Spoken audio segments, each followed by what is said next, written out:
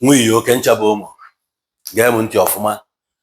Egbe anyị na-anụ na-ada kpomkpom, ife anyị na-anụ na-ada na Iran na Israel, na gị bụ onye Igbo idebe arụ na ọ gbasara gị, dekwa ntị o.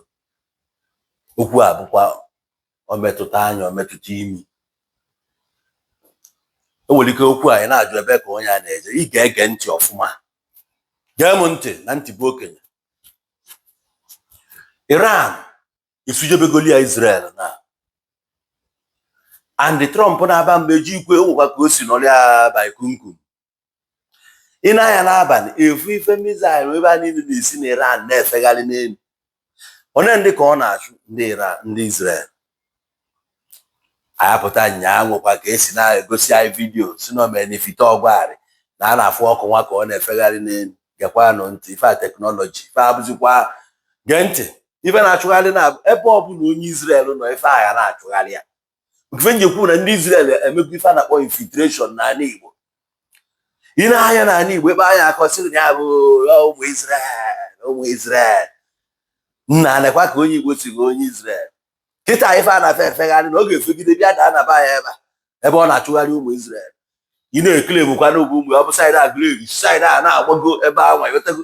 Ka ọ ya bụ ife afekata ka ọ rapụ ifesa anyị bụ ndị Igbo. Kwena ife na-ekwu ọ bụ ụmụ okwu nwa gị gee m ntị nwanne m. O nwekwara ife onye ọ bụrụ na ebe nwaanyị gee m ntị ọfụma. Nke a gbasara gị. O nwere nwaanyị na-ewesali di ya iwe as we speak. Nọ na-abụ abata na abalị. Ọkwọ na afụ ka n'ebefa na-eje jee mepelu nwunye ya ọnụ ụzọ, nwunye ya wee leta. Mana nke ya bụ si finish. N'elu onye ga na-emepela ụzọ. O nwere ife nwaanyị na-agwa nwoke, nwaanyị a na-agwara di ya. Ọ na-akọ di ya, na-akọ nwoke, na-akọ nwoke. O wee bụzia na emesi mkpọtụ a na-emezi. Nwoke feel concern, o wee sị ka ọ jụọ ọnụ n'ebe ihe na-eme. Nwoke na nwoke anọcha n'akụkụ. O wee sị ya na ihe nwunye ya dị apịasu ebu nọ na-abụ abata. Ya ada eje emepere ya ụzọ. So wezi gị nwa na-eje emepere nwunye gị ụzọ wee na-akọmpe nyanwa. Nwoke wesị nke bụ na ya na-emepere nwunye ya ụzọ. Ọ sị akwa ya ekwe na eme ọkwụsị ojije emepere nwunye ya ọnụ ụzọ boto nwunye ya pụta.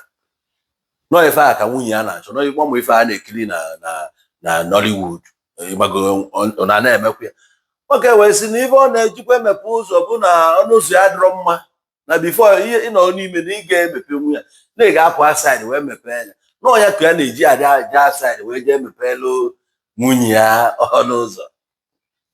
Nwoke abatazie kodo nwunye ya anya, nwaanyị eje tesi afụ na wee dịsịa so sorry na ọkpaliri die. Ọ dịsị so sorry now. Eme aṅa na o nwere ka mmadụ abụọ ya si wee nọrọ adị kọwaa kwa onwe ya ghọta. Ụfọdụ ụmụ nwaanyị ruo efe a na-atị because na di oyifa ma ọ na oyifa na onye a ife life gị bụ na onye a melụ ka eme gị ka onye a. Ụfọdụ ewee gị ya misie the right guy kwesịrị bụ their husband today. Ndị kwesịrị imefa ka fa dị comfortable in life fa luzunye ebe a na-ata claiming ka ị wee dị ka onye ọzọ.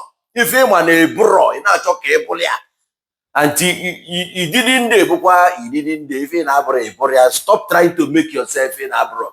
Welu nke gị etu ọ dị mana ejiberi onwe gị etinyesi n'anya na nke onye ọzọ na ojibi n'ọlụ. Ọ ife a ka nsị ka m bịa gwa unu. Ilu ịgbakọ iwepụ aka m bụkwa nwanne gị na-ewe Igbo eze ụmụ iyo.